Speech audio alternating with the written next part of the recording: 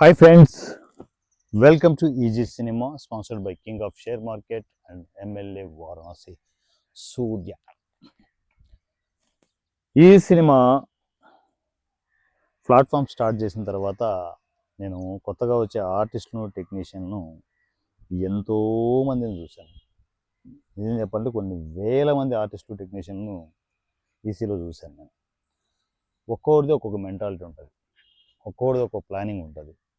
So ఓవరాల్గా planning ఏంటంటే కొత్త ఆర్టిస్టులు టెక్నీషియన్లు ఒక ఎమోషన్ మీద వస్తారు. మాకు ఎవరు అవకాశం ఇవ్వట్లేదు, ఇక్కడ అవకాశం దొరికితే మేము కుమ్మేస్తామని చెప్పేసి.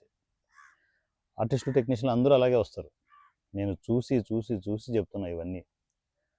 వచ్చిన తర్వాత ఈ కొత్త ఆర్టిస్టులు టెక్నీషియన్ల దగ్గర ఉన్న పెద్ద ప్రాబ్లం ఏంటంటే ఆ ఎమోషన్స్ కొద్ది రోజులే ఉంటాయి.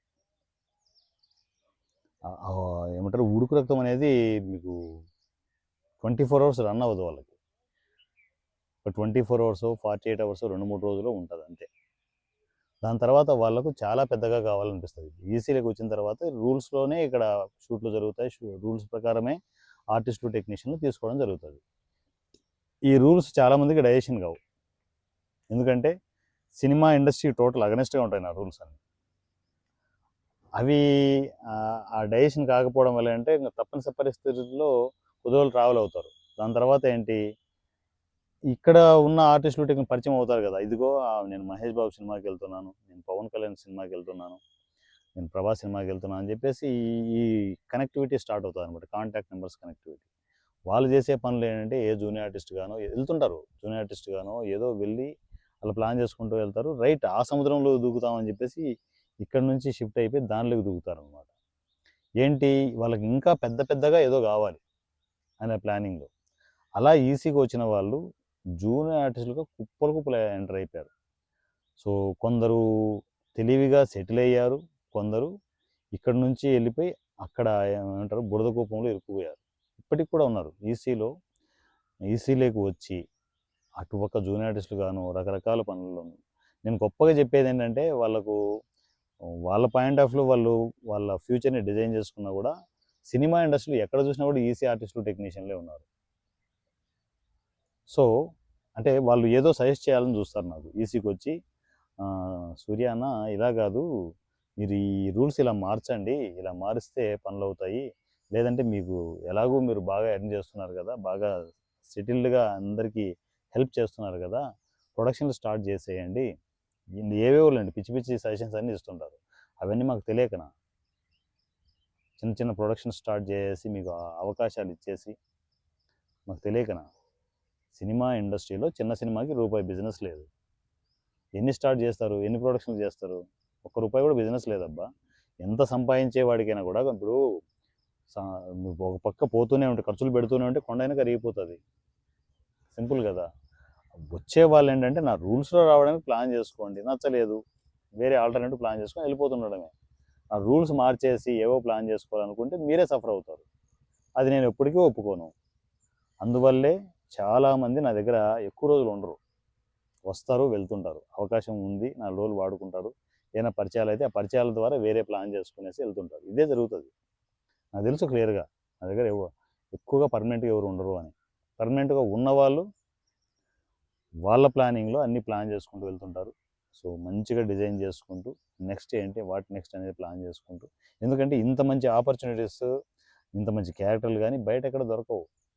కొత్త వాళ్ళని తీసుకొచ్చేసి ఒక లెంగ్తీ క్యారెక్టర్కి ఎవరిని ఇస్తారా, ఒక న్యూ డైరెక్టర్ని తీసుకొచ్చేసి ఇదిగో సినిమా అని చెప్పేసి ఎవరిని ఇస్తాడా, ఎవరు. ఈసీలోనే జరుగుతాయి అవి. ఈసీలో జీరో బడ్జెట్ కాన్సెప్ట్లోనే ప్రాజెక్టులు అవుతాయి. మీరు ఫిక్స్ అయిపోండి, జీరో బడ్జెట్ కాన్సెప్ట్లోనే నేను సినిమాలు చేస్తాను.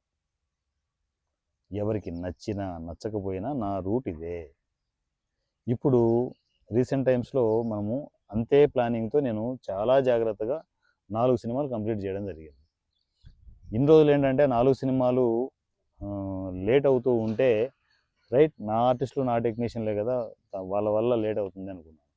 కానీ ఈ మధ్య కొన్ని భయంకరమైన నిజాలు తెలిసిన తర్వాత మనము ఎవరి గురించి దేని గురించి, నా క్యారెక్టర్ అది, దేని గురించి ఎవరి గురించి ఆలోచించాలి. నా రూట్ నాది, నాతో నచ్చింది అంటే నా రూల్స్ నాకు నచ్చాయి, మన వాళ్ళందరికీ నచ్చాయి, వస్తారు, నచ్చలేదు వెళ్ళిపోతారు. అదే ఎమోషన్లో వెళ్ళాలి తప్ప ఎవరి మీద కూడా పర్సనల్ ఎమోషన్స్ పెట్టుకునేసి అయ్యో వాళ్ళు ఇబ్బంది పడతారనే ఆలోచనతో ఎప్పుడు ఏది చేయకూడదు అనేది రీసెంట్ టైమ్స్లో అర్థమవుతోంది. ఈవెన్ ఎంత పర్సనల్గా ఎంత క్లోజ్గా ఉన్నా సరే నా రూట్ నాదే. సో ఈసీలో మనము నెక్స్ట్ లెవెల్ డెవలప్మెంట్ స్టార్ట్ అవుతుంది. ఈ 4 ప్రాజెక్టులు ఈరోజు చెప్తున్నాను, ఎవరు వచ్చినా రాకపోయినా 4 ప్రాజెక్టులు ఆగవు, వాటి పైన జరిగిపోతూనే ఉంటుంది.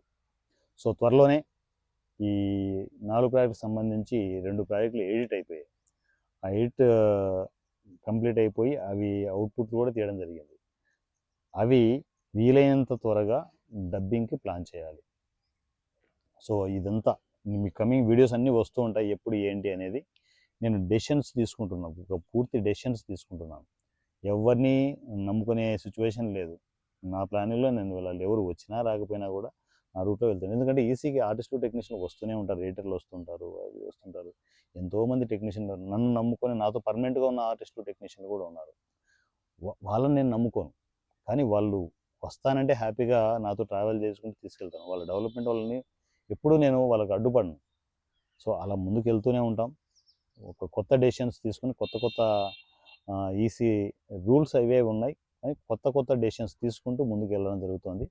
ఒకటే ఏంటంటే కీలకంగా తీసుకున్న డెసిషన్ అంటే ప్రాజెక్టులు ఆగకూడదు, ఎవరి వల్ల దేని వల్ల దేనికోసం ఆగకూడదు అనేది ఫిక్స్ అయిపోయాను. దీంట్లో 2 కారణాలు. నా ప్రాజెక్టులు నేను క్యారెక్టర్ చేసిన అంటే మెయిన్ లీడ్ చేసిన సినిమాలు పెండింగ్లో పడడానికి రీజన్ ఏంటంటే, ఒకటి నాతో పర్మనెంట్గా చేసే ఆర్టిస్టులు టెక్నీషియన్ వాళ్ళు ఏదైనా ఫైనాన్షియల్ ఇబ్బందుల్లో ఉన్నారు, రైట్ చూసుకునేసి చేస్తారులే, మన అర్జెంటుగా వెళ్ళిపోయి సినిమా ఇండస్ట్రీ పొడిసేది ఏముందని చెప్పేసి ఒకటి ఆగడం. రెండోది ఏంటంటే, ఒక పచ్చి నిజం చెప్తున్నాను, గుర్తుపెట్టుకోండి, నీ దగ్గర డబ్బులు ఉంటేనే నీకు వాల్యూ ఉంటుంది, నువ్వు పచ్చగా ఉంటేనే నీ చుట్టూ జనాలు ఉంటారు, లేకపోతే ఇక్కడ సినిమా ఇండస్ట్రీ ఏ నా కూడా వాల్యూ ఇవ్వడు, గుర్తుపెట్టుకోండి. డబ్బులు లేకుండా నువ్వు సఫర్ అవుతూ ఉంటే అయ్యో పాపం అనే నా కొడుకులు కూడా ఉండరు ఇక్కడ. అందువల్లే డబ్బులు సంపాదించే పనిలో నేను ఉన్నాను, కావలసినంత సంపాదించే పనిలో నేను ఉన్నాను. నేను ఎలా సంపాదిస్తున్నాను, నాకు ఈ ఫ్రీ ఏటీఎం ఎలా ఉంది, ఒక ఏటీఎమే నా దగ్గర ఉందని చెప్పేసి నేను చెప్తుంటాను, ఫంక్షన్స్లో కూడా చెప్తుంటాను. అంతగా ఎలా వస్తుంది అంటే సింపుల్ అబ్బా, ఒక మంచి పని చేయాలి అనుకుంటే నేచరే సపోర్ట్ చేస్తుంది, డబ్బులు కావాల్సినంత ఇస్తుంది అబ్బా. ఆ సంపాదించే ప్రాసెస్లో ఉన్నాను, కావాల్సినంత సంపాదిద్దాం, కావాల్సినంత అందరికీ సపోర్ట్ చేద్దాం, మంచిగా సినిమాల మీద సినిమాలు చేద్దాం, కొత్త కొత్త ఐడియాస్తో ప్లాన్ చేసుకుంటూ వెళ్దాం. ఎందుకు ఈరోజు అన్నీ మాట్లాడాలనిపిస్తుంది అనమాట. అందువల్లే ఈ స్పెషల్ వీడియోని ప్రజెంట్ చేయడం జరుగుతుంది. సినిమాలు ఆపను, ఎవడికి నచ్చినా నచ్చకపోయినా కూడా నా సినిమాలు, అది హిట్ కానీ ఫ్లాప్ కానీ సినిమాలు వస్తూనే ఉంటాయి. 4 సినిమాల్లో చేసిన ఆర్టిస్టులు టెక్నీషియన్ అందరికీ నేను సారీ కూడా చెప్పను, ఎందుకంటే నా రూట్లో నేను వెళ్తున్నాను, లేట్ అయ్యింది. ఇన్ కేస్ ఇప్పుడు నేను చెప్పిన తర్వాత కూడా నేను కొంచెం లేట్ అయినా కూడా వర్రీ అవ్వద్దండి, మీకోసం నేను సినిమాలు చేయట్లేదు. మన సినిమాల్లో మీరు చేశారు ఓకే, కానీ మీరేదో సఫర్ అవుతున్నారని అర్జెంటుగా అన్ని పనులు వదిలేసి చకచకా వెళ్ళిపోయి చేయడం కాదు. నాకు తెలుసు, నా భవిష్యత్తు నాకు తెలుసు, నేను ఆర్టిస్ట్గా దానిలో చేశాను, మీకంటే ఎక్కువ ఇంపార్టెన్స్ నాకే ఉంటుంది, ఖచ్చితంగా నాకే అవసరం ఉంటుంది. ఆ సినిమాలు బయటపడే ప్రాసెస్ అంతా నేనే చేసుకోవాలి. అందువల్ల ఎవ్వరి మీద డిపెండ్ అవ్వకుండా నేను నా పనులు చేస్తున్నాను. నా ఫ్యామిలీ మెంబర్స్ నాకు పర్మనెంట్గా ఉన్నారబ్బా, నేను ఒక పని చెప్తే చేసుకునే అలాంటి టెక్నీషియన్లు ఉన్నారు, అంత ఆప్యాయత అవి చూపే అలా ఒక పర్మనెంట్ ఫ్యామిలీ నాకు ఉంది. ఆ ఫ్యామిలీతో ట్రావెల్ అవుతాను, అంతే కదా. వచ్చిన వాళ్ళు వచ్చినట్టు నాకు అందరూ సపోర్ట్ చేయాలని లేదు, వచ్చిన వాళ్ళు వచ్చినట్టు వాళ్ళు ఆ సపోర్ట్ తీసుకోవాలని లేదు. రూల్స్ నచ్చిన వాళ్ళు వస్తారు, నచ్చిన వాళ్ళు పోతుంటారు, అంతే. ఏం చేస్తాం. అందువల్లే టార్గెట్ 4 ప్రాజెక్ట్స్ అనమాట. ఆ ప్రాజెక్ట్స్ వీలైనంత త్వరగా కంప్లీట్ చేయాలనేది నా ఇంటెన్షన్. ఈ ప్రాజెక్టుకి ఎవరైతే సపోర్ట్ చేస్తూ ఉంటారో వాళ్ళు హ్యాపీగా, వాళ్ళ క్రెడిట్ వాళ్ళకి ఎలాగో ఉంటుంది, స్క్రీన్ మీద ప్రజెంటేషన్ ఉంటుంది, 0 బడ్జెట్ కాన్సెప్ట్లోనే అన్నీ ఉంటాయి. సో అలా ప్లాన్ చేసుకుంటూ వీలైనంత ఫాస్ట్గా ప్రాజెక్ట్ కంప్లీట్ చేసి ఈసీలో రిలీజ్ చేయడానికి ప్లాన్ చేద్దాం. ఫస్ట్ స్టెప్ వచ్చేసి డబ్బింగ్ వీలైనంత ఫాస్ట్గా కంప్లీట్ చేద్దాం. ఫస్ట్ 2 ప్రాజెక్టులు కంప్లీట్ చేసి వదలడానికి ప్లాన్ చేస్తాను. రిమైనింగ్ 2 ప్రాజెక్ట్స్ వాటిని కూడా స్టెప్ బై స్టెప్ అన్ని ప్లాన్ చేసుకునేసి 4 ప్రాజెక్ట్స్ కంప్లీట్ చేస్తూ ప్యారల్గా సెట్స్ మీదకి ఇంకో ప్రాజెక్ట్ తీసుకొస్తున్నాం. సో అది ఏంటి, ఆ డీటెయిల్స్ అన్నీ ఎప్పటికప్పుడు మీకు అప్డేట్ ఇస్తాను నేను. సో ఏదైనా ఫ్యామిలీ మెంబర్స్, ఈసీలో ఎవ్వరి కోసమో దేనికోసమో రూల్స్ మార్చబడవు. సో నేను ఇప్పుడు తీసుకున్న డెసిషన్ ఒకటి ఏంటంటే, దేనికోసం ఎవరి కోసమో దేని మీద డిపెండ్ అవ్వడం కానీ, వాళ్ళ మీద అయ్యో వాళ్ళు సఫర్ అవుతున్నారని చెప్పేసి వాళ్ళ మీద జాలి చూపడం కానీ, అలా అని చెప్పేసి వాళ్ళని వదిలేయడం కానీ ఏవి ఉండవు. నాకు ఎమోషన్స్ ఉండవు. నా రూట్‌లో నేను వెళ్తుంటాను. ఇన్ని రోజులు ఆలోచించానంటే అరే! వాళ్ళు సఫర్ అవుతున్నారు కానీలే 2 రోజులు లేట్ అయితది అనుకున్నాను. కొన్ని విషయాలు విన్న తర్వాత ఏంటంటే నాకే షాకింగ్‌గా అనిపిస్తుంది. ఇంత దరిద్రమైన ఇండస్ట్రీలో ఉన్నామా? ఇంత మరీ అంటే ఒకటి స్వార్థం ఉండాలి. అది ఎలా ఉండాలి? ఆ స్వార్థం వల్ల ఏంటంటే 10 మంది బాగుపడాలి. నాకు స్వార్థం ఉంది. భయంకరమైన స్వార్థం ఉంది. నా అంత స్వార్థపరుడు ప్రపంచంలో ఎవడు లేడని చెప్తుంటాను నేను. అవునా? కానీ నా స్వార్థం వల్ల 10 మంది బాగుపడతారు. ఖచ్చితంగా బాగుపడతారు. అలాంటి స్వార్థం ఉంటే నేచరే సపోర్ట్ చేస్తది. నువ్వు ఎదగరా, నువ్వు 10 మందిని డెవలప్ చెయ్యి అని చెప్పేసి. అందువల్ల నేను ఏ రోజు పడిపోలేదే. మొన్న ఫంక్షన్స్ జరిగినప్పుడు 10,00,000 వరకు ఖర్చు పెట్టాను నేను. నాకేం పడిపోయాను నేను? లేదు కదా! అది నా ఫ్యామిలీ మెంబర్స్ ఖర్చు పెట్టాను. నాకు ఇష్టంగా నా సినిమా ఇండస్ట్రీకి ఖర్చు పెట్టాను నేను. అయిపోయింది. అంతకు పదింతలు నాకు వస్తూనే ఉందిగా. ఏం కావాలి ఇంతకంటే లైఫ్‌లో? ఏందబ్బా! అన్నీ పక్కకు పడేయండి. లైఫ్‌ని ఎంజాయ్ చేస్తూ మనం చేసుకుంటూ వెళ్దాం. మనం బతికినన్ని రోజులు సినిమాలే చేసుకుంటూ వెళ్దాం. ఓ పక్క నాకు కావాల్సిన ప్రొఫెషన్స్ నేను చేసుకుంటూనే, మరోపక్క నా ప్యాషన్, నా ప్రాణం నా సినిమా ఇండస్ట్రీ. కంటిన్యూగా ప్రాజెక్ట్ చేసుకుంటూ వెళ్తూనే ఉంటాం. 4 రోజులు లేట్ అవ్వచ్చేమో, కానీ మా పెద్దోళ్ళు చెప్తుంటారు చూడు, రావడం 4 రోజులు ఉండొచ్చేమో కానీ రావడం పక్కా అని చెప్పేసి. సో అలా ప్లాన్ చేసుకుంటూ వెళ్తూ ఉంటాం. మనం జీరో బడ్జెట్ కాన్సెప్ట్‌లో చేసేప్పుడు ప్రెజర్స్ ఏవి ఉండవు. లక్షణంగా వస్తాం, ఆ పనులన్నీ చేసుకుంటాం. నీట్‌గా రిలీజ్ చేసుకుంటూ వెళ్తాం. రిలీజ్ దగ్గర కూడా ప్రాబ్లమ్స్ ఉండవు. ఎందుకు? ఫైనాన్షియల్లీ ఉండవు. ఇంత పెట్టాము, ఇంత రావాలని రూల్ ఉండదు. ఏం రాకపోయినా నో ప్రాబ్లమ్. సినిమా బయటికెళ్తే చాలు. ఇలా ఈ రూట్‌లో వెళ్తూనే ఉందాం. ఎంతోమందికి అవకాశాలు క్రియేట్ చేద్దాం. వచ్చేవాళ్ళు వస్తుంటారు, పోయేవాళ్ళు పోతుంటారు. వచ్చేవాళ్ళు అయ్యో! వీళ్ళందరూ పర్మనెంట్‌గానే ఉండాలనే రూల్ లేదు. పోయేవాళ్ళు అయ్యో! వీళ్ళు వెళ్ళిపోయారే అని చెప్పేసి బాధ లేదు. ఎవరి గురించి దేని గురించి ఆలోచించరు. పాత నీరు పోతుంటది, కొత్త నీరు వస్తుంటది. That is easy cinema. So anyhow మాట్లాడుతూనే ఉంటా. నా పేరు Varanasi Surya @ easy cinema. Thank you so much.